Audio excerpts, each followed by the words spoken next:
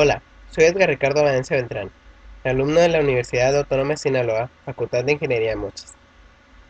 Actualmente curso la carrera de Ingeniería de Software en su segundo semestre, y el tema del que hoy les voy a hablar es sistemas de archivos, que está en el plan de estudios de la materia Sistemas Operativos, impartida por el profesor Carlos David Alarcón Burgos.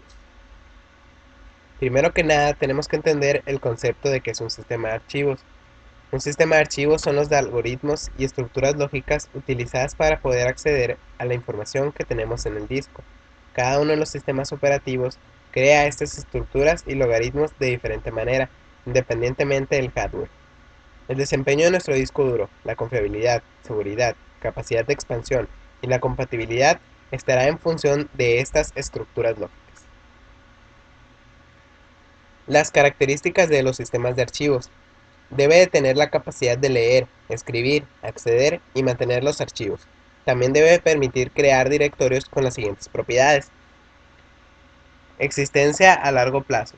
Los archivos deberán ser almacenados sobre una unidad de almacenamiento y deberán permanecer allí aun cuando el usuario apague el ordenador. La segunda es que deberán tener la capacidad de ser compartidos. Esto se refiere a que los archivos tendrán nombres que los identifiquen y deberán poseer permisos de acceso, los cuales permitirán el comportamiento controlado entre procesos. Y por último, tenemos que deberán poseer una estructura definida. Esto se refiere a que dependiendo del tipo del sistema de archivos, un archivo deberá poseer una estructura definida y conveniente, permitiendo que los archivos puedan ser organizados en orden jerárquico o en cualquier otro orden para reflejar su relación con otros archivos. Las operaciones que puede realizar un sistema de archivos son las siguientes. Crear un archivo y borrar un archivo.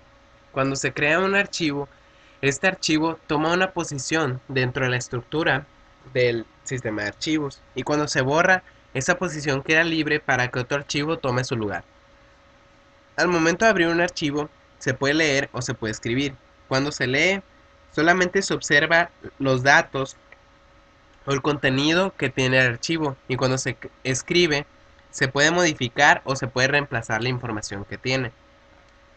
También, al momento de cerrar un archivo, tú puedes decidir entre guardar o no guardar lo que tú modificaste dentro del archivo. Ahora vamos a hablar de qué es un archivo, ya que hemos estado hablando del tema sistemas de archivos.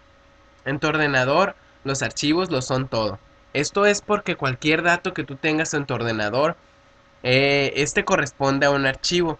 Hay archivos que son fotografías, videos, imágenes, archivos de texto, canciones, pero hay otros que por sí solos no nos dicen mucho. Es el caso de las librerías DLL u otros archivos que Windows y otros sistemas operativos necesitan para funcionar, que son algo así como piezas de su motor. Ahora vamos a hablar de las características de un archivo. Primero tenemos este ejemplo que vamos a observar que la primera característica que es nombre y extensión.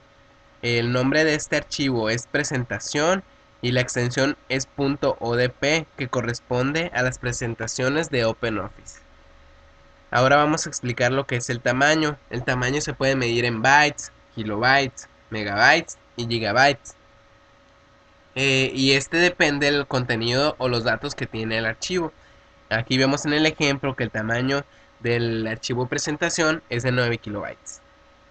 Ahora vamos a hablar de los datos del archivo. Estos se refieren a las fechas de modificación, al tipo de archivos, a las fechas de creación, entre otras cosas. Vemos que la fecha de modificación del archivo presentación es el 5 de mayo del 2013 a las 9:34 y que es de tipo presentación de OpenOffice. Y la ubicación se refiere a una ruta específica donde está guardado el archivo que estamos buscando o que vamos a utilizar. eh, y esta empieza casi siempre en un disco. En este caso estamos en el disco duro C y dentro de esta hay una carpeta llamada Users, luego está Edgar, Desktop, Docs, Sistemas Operativos y por último está el archivo que nosotros queremos abrir, que es presentación.odp. Ahora les voy a hablar lo que son los archivos reales. Los archivos reales es un objeto que contienen los programas, datos o cualquier otro elemento. Un archivo se muestra de manera real en la información del espacio que ocupa en un disco duro o sistema de almacenamiento, en otras palabras, su tamaño en bytes. Aquí vemos que hay 4 archivos, uno de documento de Microsoft Word, uno de presentación de Microsoft PowerPoint, uno de un PDF en Adobe Acrobat 7.0 y un mensaje de email que cada uno tiene su correspondiente tamaño y esto identifica que es un archivo real. Ahora les voy a hablar lo que son los archivos virtuales. Un archivo virtual es un archivo de uso temporal que es utilizado por los procesos del sistema mientras se están ejecutando dichos procesos.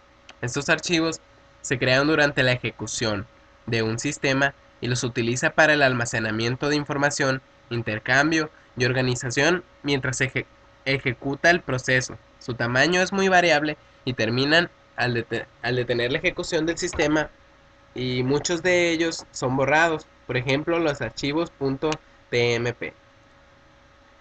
Aquí vemos en este ejemplo que en la primera imagen tenemos el archivo real esquema de integridad y tenemos un archivo temporal que se llama esquema de integridad. Este archivo se crea cuando este archivo está en ejecución, es decir que están leyendo o escribiendo en este archivo.